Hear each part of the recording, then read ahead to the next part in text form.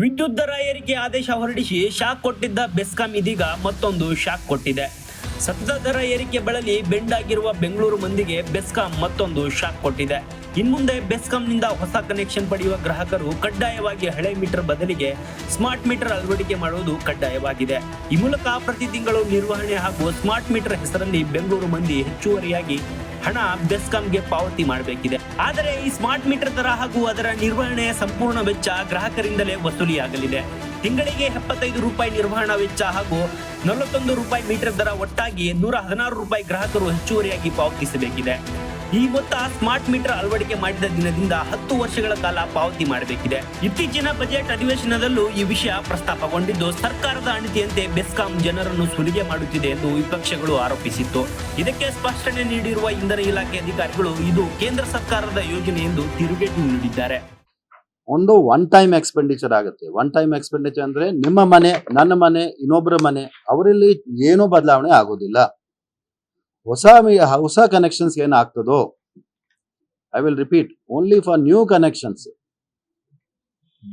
It is stipulated, it is directed, it is mandated that they will buy smart metre.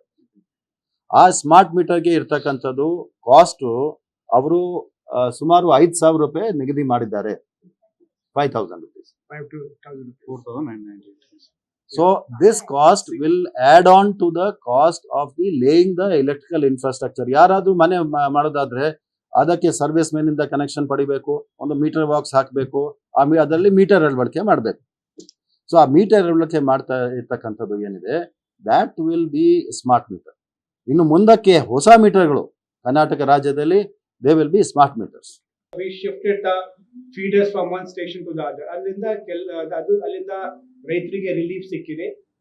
ಇನ್ನೊಂದು ನಾವು ಏನ್ ಮಾಡಿದ್ದೇವೆ, ಸಂಜೆ 6 ಗಂಟೆಯಿಂದ 9 ಗಂಟೆ ತನಕ ಕೂಡ ಯಾವ್ದು ಫೀಡರ್ಸ್ ನಲ್ಲಿ ಸಪ್ಲೈ ಮಾಡ್ಲಿಕ್ಕೆ ಆಗ್ತಾ ಇಲ್ಲ ಪವರ್ 7 hours, ಅಲ್ಲಿ ರೈತರಿಗೆ ಅದು ನಾವು ಕೊಟ್ಟಿದ್ದೇವೆ.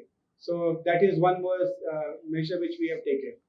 ಮತ್ತು ನಮ್ಮ ಈಗ ಎಕ್ಸಾಮ್ಸ್ ನಡ್ತಾ ಇದೆ, ಅದು ನಮ್ಮ ಸ್ಟೂಡೆಂಟ್ಸ್ಗೆ ಪ್ರಾಬ್ಲಮ್ ಬರಬಾರ್ದು. ಅದೇ ಕಾರಣದಿಂದ ಸಂಜೆ 6 ಗಂಟೆಯಿಂದ ಬೆಳಿಗ್ಗೆ 6 ಗಂಟೆ ತನಕ ನಾವು ಸಿಂಗಲ್ ಫೇಸ್ ಪವರ್ ಸಪ್ಲೈ ಕೊಡ್ತಾ ಇದ್ದೇವೆ.